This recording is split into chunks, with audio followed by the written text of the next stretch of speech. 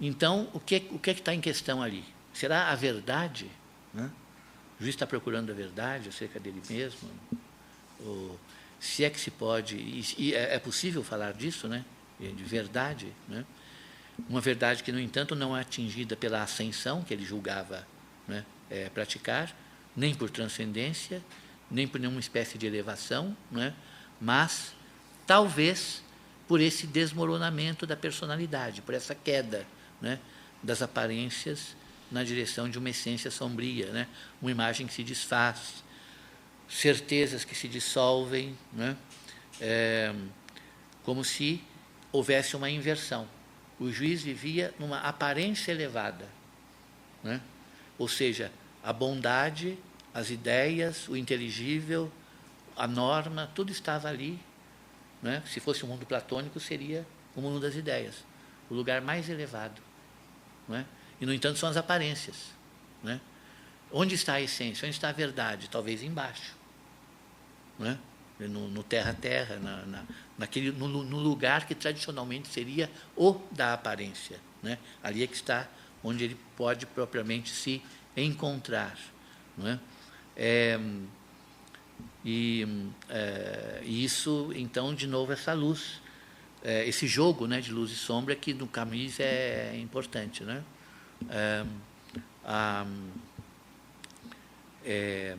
O quanto, não é, no canal, os canais de Amsterdã, aquele porto mal cheiroso, não é? O quanto isso está afastado da luz mediterrânea, né, da Argélia, né? Do pensamento mediterrâneo, no qual o Camus fala muito, né? Esse pensamento de luz, né? E todo o livro se passa nas sombras, porque o juiz só atua à noite, ele só encontra as pessoas à noite no bar, né? E quando ele sai do bar e vai passear pelas ruas e tal, também é sempre à noite e tal, né? E, portanto, essa queda, né, do corpo, essa queda também da alma, né? Esta luminosidade, né, que é, na verdade, que pode ser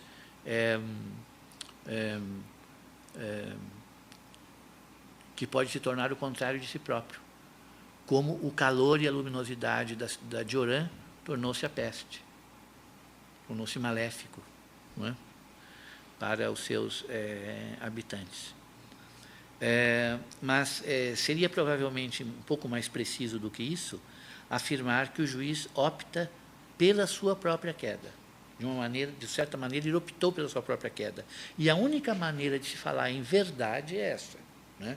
Se a gente está fazendo esse jogo aqui de aparência e verdade, né, a opção pela verdade seria a opção pela queda, como se ele necessitasse se recriar na queda para, desta maneira, se encontrar, né? E nós sabemos que o Camus era leitor do Kierkegaard, né? E o Kierkegaard faz comentários acerca de uma certa necessidade do pecado para que o homem, criatura de Deus, se reconhecesse como homem além de criatura de Deus, se reconhecesse na sua humanidade. O pecado foi necessário, tinha que ocorrer, para que essa hominização ou essa culpabilização viesse a acontecer. O Kierkegaard faz revelações desse tipo e o Camus lia, né, os textos do Kierkegaard, né? Então, é como se o homem tivesse recriado a si próprio no pecado, na culpa, né? E é aí que ele se torna realmente humano, porque, de alguma forma, ele se afasta de Deus e se cria a si próprio no pecado, na desobediência, não é? E aí se encontra, não é? E, nesse sentido, então, voltando ao João Batista da Bíblia, né, é que vai para o deserto, né? O Jean Baptiste Clément vai para o deserto também, que é Amsterdã, para falar obsessivamente de si e da sua culpa, né? Penitência, né? A questão é que a penitência, ela pode visar a redenção, né? Faço a penitência para merecer o perdão. Esta penitência, então, visa algum tipo de redenção? Não é provável, quer dizer, é muito difícil afirmar que o juiz acredite na redenção da culpa. Ele confessa a culpa, mas não para que, a partir desse procedimento, haja a redenção. A confissão implica o perdão, não é? Mas, nesse caso, não. Não é? A vivência da verdade de si e a vivência da culpa. Não é? Porque o homem é a culpa, o homem é culpado. E ele vive autenticamente essa culpa quando ele vive a sua própria queda, né? O seu próprio pecado. Não é? E, portanto, não há aí sentido de absolvição. Absolvição e redenção implicam, de alguma forma, um retorno a um estágio anterior. Não é? Esse é o mistério da confissão no sentido do sacramento. Não é? A inocência perdida, por um dom divino que tem o confessor, é recuperada por aquele que se confessa sinceramente, se arrepende e cumpre a penitência. Né? Aqui, no caso, teria algum sentido o retorno à inocência interior, situação que nunca aconteceu, porque ele nunca foi inocente, o juiz nunca foi inocente. Não é? Nesse sentido, então, não há inocência perdida. Não é?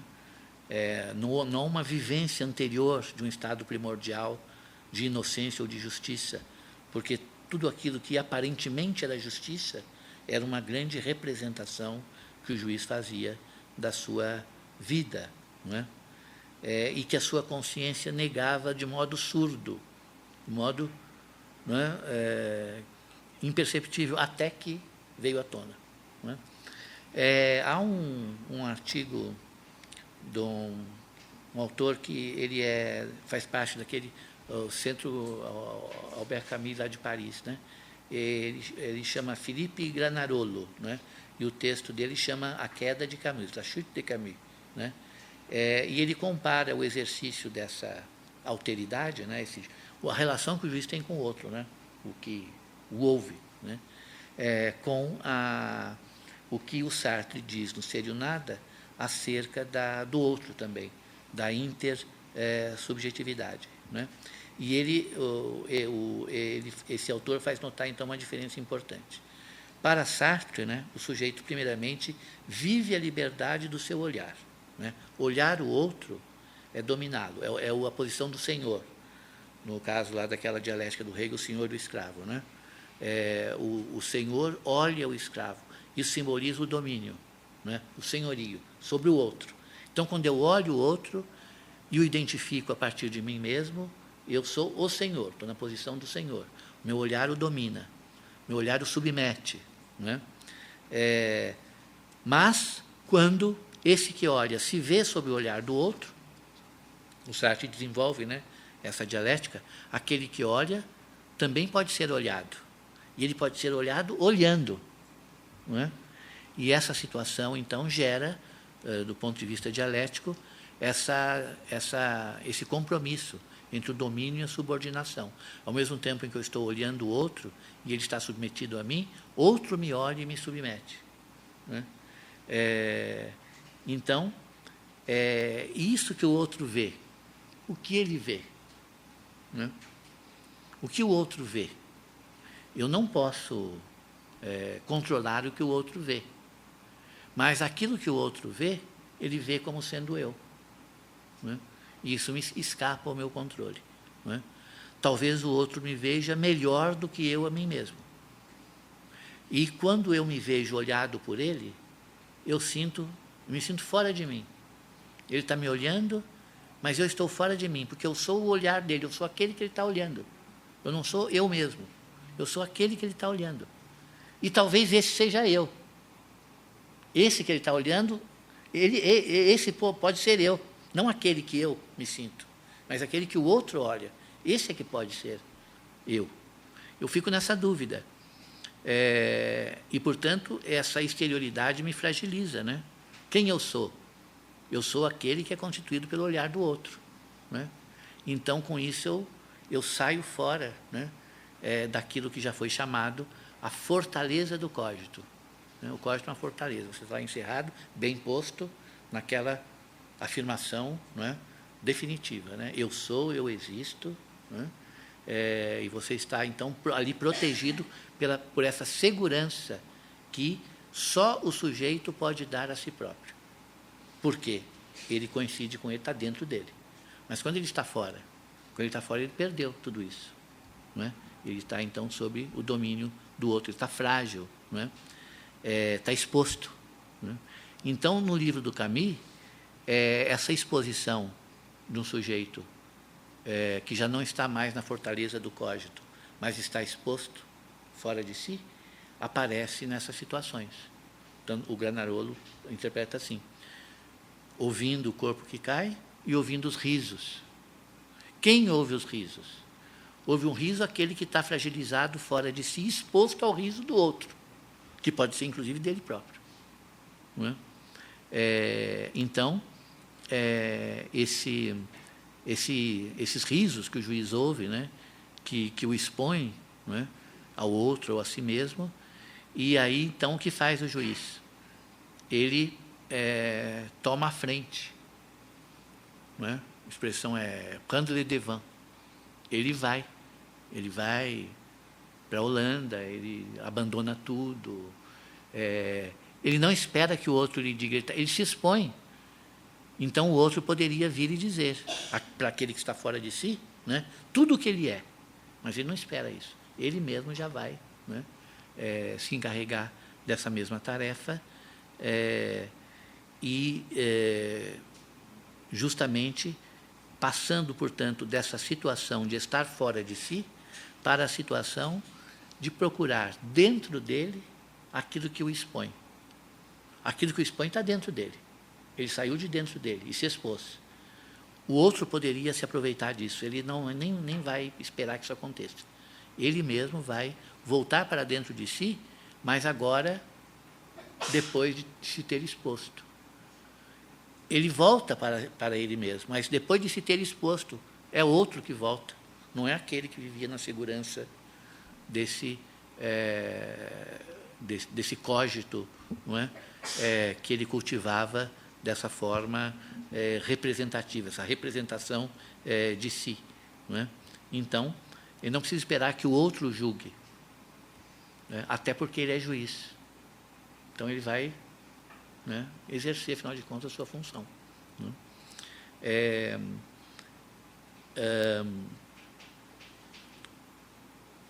Então, o Clamence, o juiz, sabe que não encontrou o outro e que nunca se expôs a esse outro verdadeiramente e que estar fora de si era um meio de induzir aquilo que depois viria a ser o julgamento dos outros.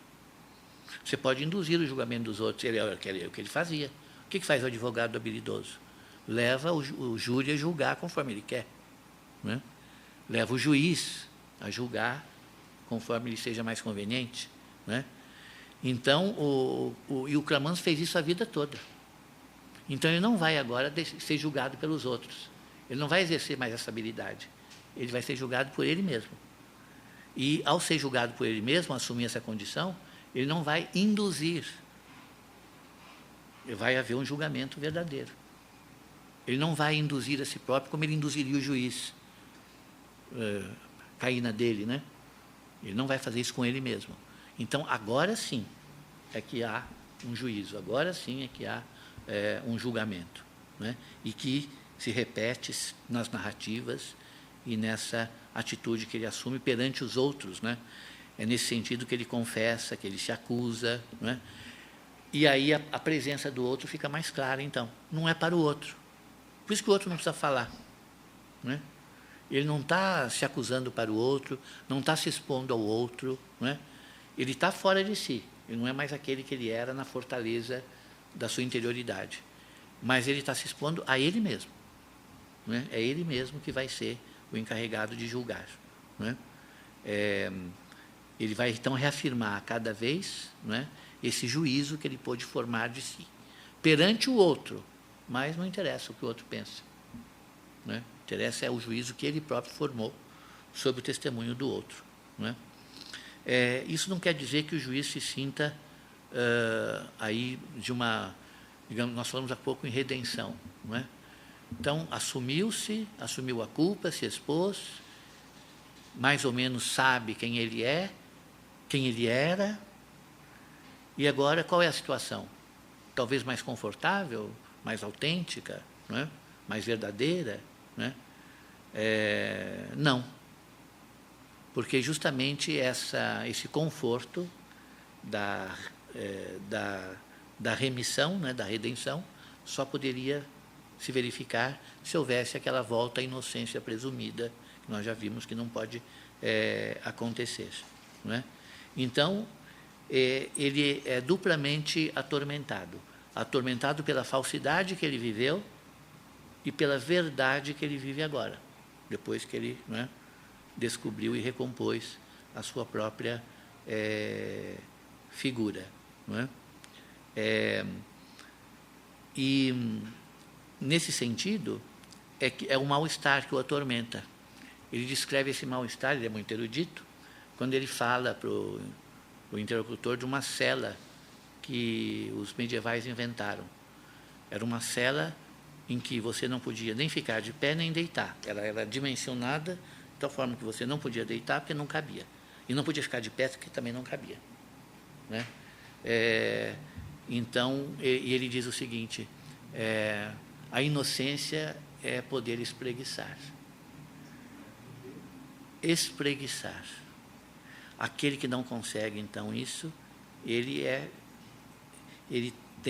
testemunho da vivência da sua própria culpa. Né? Você não pode estar à vontade, você não pode estar como você quer, nem de pé, nem deitado, nem de forma alguma. Né? Você tem que viver a sua culpa, esse incômodo da sua culpa. Não pode nem ficar de pé, nem deitar, nem nada. Então, essa cela, inventada pelos medievais, ele acha que ele diz assim, é uma coisa genial. O juiz fala, né? Isso é genial. Né? Fazer com a pessoa possa estar presente a si mesma dessa forma é genial, para que a culpa esteja sempre presente. Ele nunca vai ficar de pé e poder, por um momento, esquecer a sua culpa. Né? Ficar à vontade, nunca, naquela cela. Né? A culpa estará constantemente presente. Foi inventada para isso, a cela. Né? E, então, essa possibilidade de compreender-se a si próprio no incômodo. Né? Um outro autor que eu também utilizei para fazer aqui esse pequeno texto, né? Diz também que há ali uma armadilha do juiz, que na verdade é uma armadilha do Camus. Né? Uma armadilha jogada para o outro. Né? Porque, na verdade, o que é que ele vai fazer? Tanto ele diz, o senhor agora se sente um pouquinho pior, não se sente? Depois da nossa conversa, ele está querendo que o outro entre na mesma cela e que fique também dessa maneira, nem de pé nem deitado, sem posição possível, né? Ou seja, culpado. Né? Ele está atraindo o outro para isso, quando ele chega com todas aquelas mesuras. Né? O início do texto é muito interessante nesse sentido. Né? Está lá o interlocutor, ele chega para ajudar, né? Que ele é frequentador do lugar, conhece bem, e ele diz aquela famoso início, né, do texto, que ele diz, posso, meu caro senhor, oferecer os meus serviços sem me tornar importuno? Receio que não saiba fazer-se entender pelo respeitável gorila que preside aos destinos desse estabelecimento. Né? Que provavelmente falava aquela língua estranha deles lá, né? E o interlocutor falava francês. Então ele diz, bom, eu vou então ajudá-lo e tal. Aí está lançada a armadilha, está lançada a rede. Não é? Quando ele se introduz por via dessas mesuras todas, não é? Se põe a serviço, etc., etc., não é? E vai então iniciar o relato, ou não vai, a gente já viu que o relato não tem início, né? Mas vai pôr o outro a par do relato que ele deseja fazer, né? ele vai tomar esse interlocutor mudo, né, durante os próximos dias, né, vai levá-lo para outros lugares da cidade e tal, e por esta via confessional, ele talvez esteja fazendo com que o outro fique preso a uma teia, né, que se revela nessas palavras, né? O senhor não está se sentindo um pouco pior? Quer dizer, o que ele quer dizer é o seguinte: o senhor é como eu, só que ainda não descobriu isso, né? E eu estou, de alguma forma, ajudando o senhor a descobrir isso, né? Então, esse relato da queda do juiz, né, é também o relato da queda do outro como desdobramento, né? E uma outra frase que ele costuma dizer é a seguinte, que o juiz diz: todo mundo tem em si uma parte impura. O relato dele, juiz, provoca no outro a descoberta da sua própria parte impura, né? Que é talvez o objetivo do juiz, né?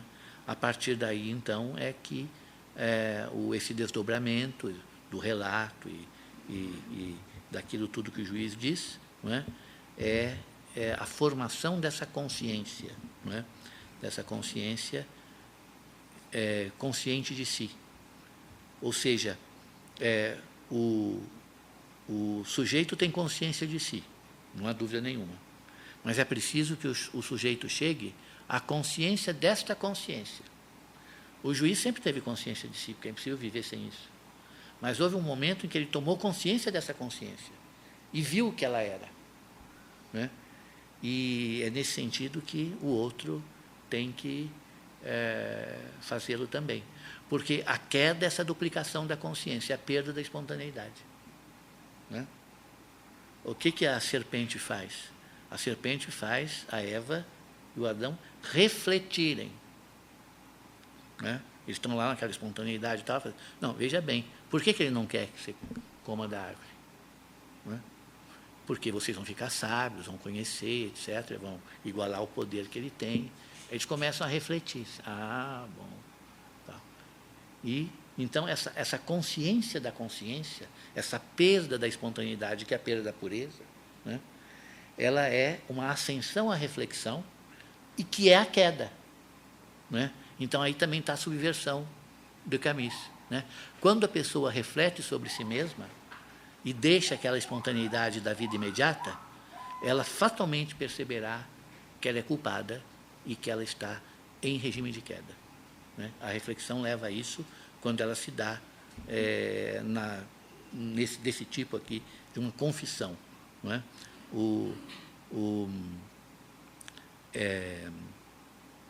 A duplicidade, né? A duplicidade que está envolvida na reflexão, não é? E o juiz diz, né? O juiz diz: a verdade é que, depois de longos estudos sobre mim mesmo, eu pus a nu a duplicidade profunda da pessoa. Ele diz isso para o doutor. Está claramente, né?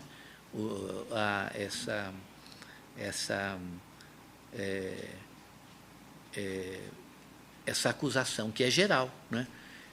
Ou seja, ninguém é de uma só peça. Ele diz: admiro as pessoas que são de uma só peça, mas não é ninguém. E aí ele revela o que realmente ele está falando. Ele diz o seguinte: quando se meditou muito sobre o homem, como eu fiz, nós começamos a sentir nostalgia dos primatas, porque os primatas não têm segundas intenções, né? E a reflexão, aquilo que está sempre atuando na consciência da consciência que todos têm, é sempre a segunda intenção, e equivale a sempre segunda intenção. É essa que atua realmente. Aquela segunda intenção que o juiz lá tinha, bondoso, altruísta, aquela segunda intenção que depois ele veio a descobrir. É a segunda intenção que estava atuando ali, não a primeira, não é? Não há, ele diz, não conheço um único ser humano que não tenha segundas intenções. Diria até que a segunda precede a primeira. Ele diz, não é? Então, a partir desse ele percebe que é aquela segunda intenção que o faz atravessar as pessoas na rua, oferecer seus préstimos e tal. Agora, o interessante é o seguinte, ao perceber isso, a pessoa poderia querer, então, mudar de atitude, né? Essa alternância entre o bem e o mal. Não adianta. Isso passa pela cabeça do juiz. Ele conta, ele diz, eu comecei a pensar, então, por que eu, em vez de ajudar as pessoas, não começo a prejudicá-las? Por exemplo, vou pegar o cego, levá-lo para o meio da rua e deixar ele lá. Ou então, quando vê uma mulher atravessando a rua com um carrinho de criança, pego a criança e espanco. Não é? Assim, por que não fazer isso? Não é? Assim, porque aí ele diz, na verdade, eu já faço isso. Porque atravessar o cego e cuidar da criança é maldade. A primeira intenção é a bondade, mas a segunda, que precede a primeira, é a maldade. Ele já faz isso. Então, não adianta fazer aquilo que, na verdade, ele já, de alguma maneira, faz. Não é? Portanto, essa alternância, né, entre o bem e o mal também não é plausível. E aqui é uma referência direta à questão política, né? Ele diz, eu também passei pela tentação da resistência. A palavra aí é muito ambígua, né? A tentação da resistência. Mas superei. Né? Resistir ao mal, resistir à opressão, resistir politicamente. Né? Passei por essa tentação. Está falando do Sartre, né? O Sartre caiu na tentação de resistir. Né? Ele passou por essa tentação, mas viu que passou só, não permaneceu ali. Né? Que é o que o Manuel falou ontem sobre a questão da história. Né? Você pode até passar pela história, mas você não pode absolutizar a história, como ele acha que o Sartre e os outros faziam, né? O pessoal engajado, o pessoal militante. Então, caí na tentação de resistir na história e à própria história, mas vi que não era o caso. Isso é uma coisa que eu já superei. Né? Então, tudo parece indicar essa imanência, né? Esse sentido que não é humanista. Não é? Ou seja, o juiz se defrontou com um equívoco que orientava a sua vida. Não é? A atração que ele sentia pelo bem era a experiência do mal. E aí ele se pergunta, poderia ser de outra maneira? Poderá ser de outra maneira com qualquer pessoa? Essa espécie de interface, né, entre o bem e o mal, ou seja, é possível o bem, é possível a experiência do bem que não seja atravessada pela experiência do mal, né? Ele se vê, né, diante desta...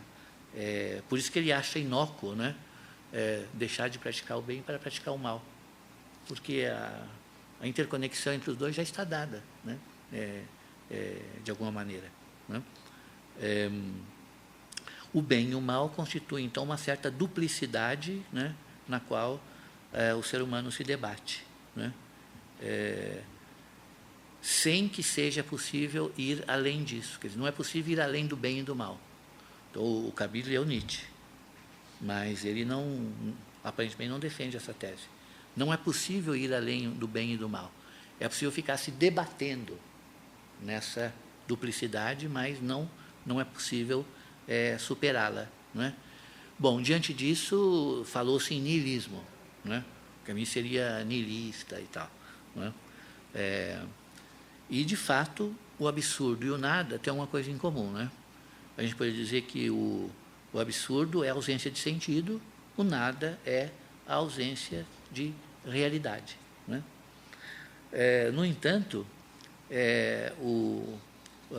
o niilismo, a realização do niilismo, também é alguma coisa que ultrapassa a capacidade humana. Então, o caminho não é niilista nesse sentido. A atitude niilista, levada até as últimas consequências, como Nietzsche acreditava que poderia ser feito, né, para você poder superá-lo, também não é possível. Não é? Ninguém pratica inteiramente o bem, ninguém pratica inteiramente o mal. Não é? Então, nesse sentido que a queda, né, é essa espécie de, como disse no começo, talvez uma resposta a essa noção existencialista de compromisso e de engajamento, Nem no niilismo é possível se engajar, quanto mais em causas positivas, né? Todo compromisso oculta o seu avesso, né? Como a bondade do Clemens ocultava o avesso, o outro lado disto, né? Então,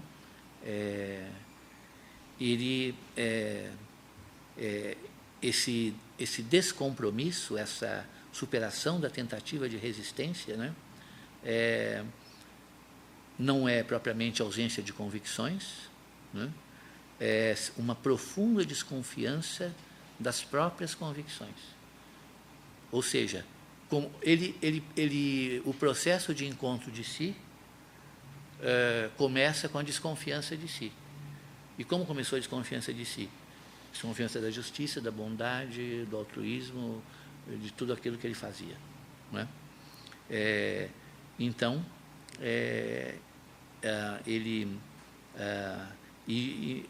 não havendo, portanto, essa possibilidade nem do mal nem do bem, resta a tal cela, né? Que ele diz. Isso é que é aquela, como se diz, esclerose, anquilosar, deformação, né? Se a pessoa passa, sei lá, 10 anos sem poder ficar ereta, né? Alguma coisa acontece. Então, é isso, não é?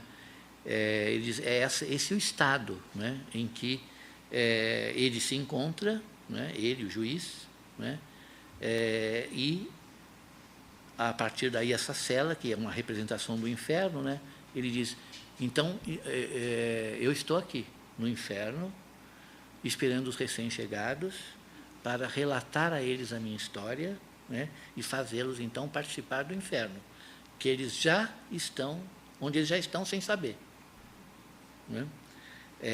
E, portanto, ele diz, o desconforto, não é? É justamente é abdicar de qualquer convicção, né? É abdicar, inclusive, da liberdade, né? E ele dá diferentes definições de liberdade, né? Ele diz, liberdade é estar só numa sala sombria, liberdade é estar no banco dos réus, liberdade é estar perante o juízo dos outros. Depois de toda a liberdade, vem a sentença. Você desfruta a liberdade, e aí vem a sentença, né? E, portanto, essa liberdade não salva, ela te sentencia, né? Consequentemente, também aqui está o Sartre em questão, né? A vivência da liberdade, a utilização da liberdade, né? É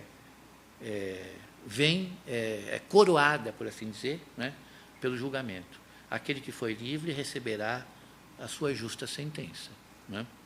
A liberdade não salva, né? Ela aprisiona, né? Aquele segredo da mulher que ele nunca soube se atirou ou não atirou no rio. Aquilo foi um ato livre. Mas um ato livre verdadeiro é aquele que sempre permanece em segredo. Você nunca vai saber dele. Portanto, é como se ele não existisse, né?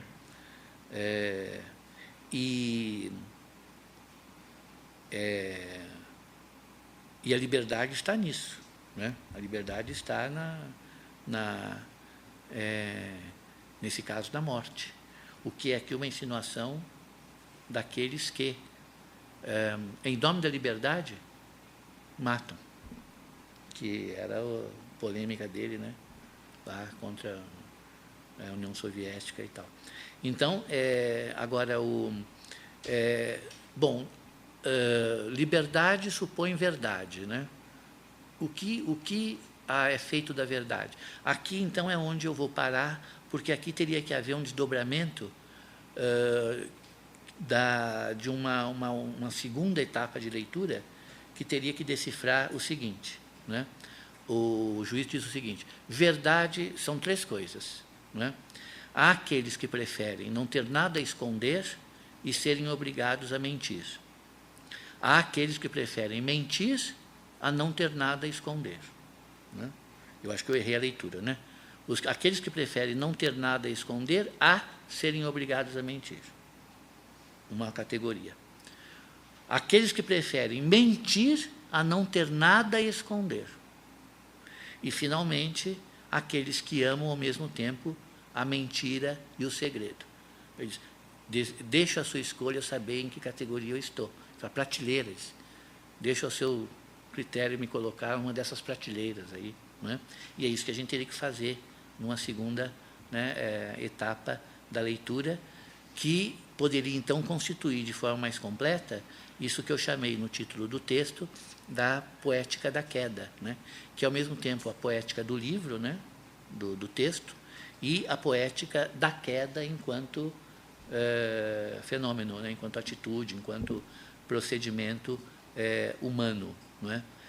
As duas coisas estão presentes porque ele de algum modo, cultiva a sua própria queda, realmente, como atitude, e a coloca em discurso. É necessário que ele a coloque em discurso.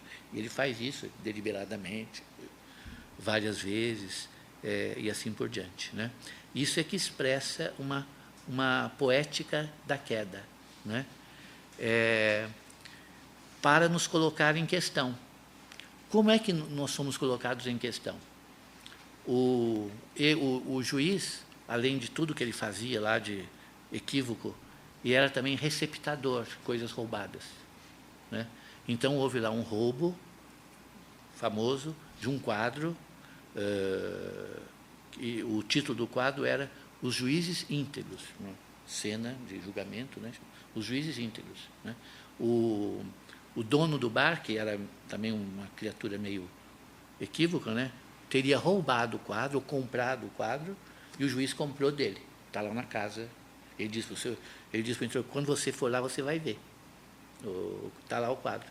Os Juízes Íntegros, olhando para mim e eu para eles. Né?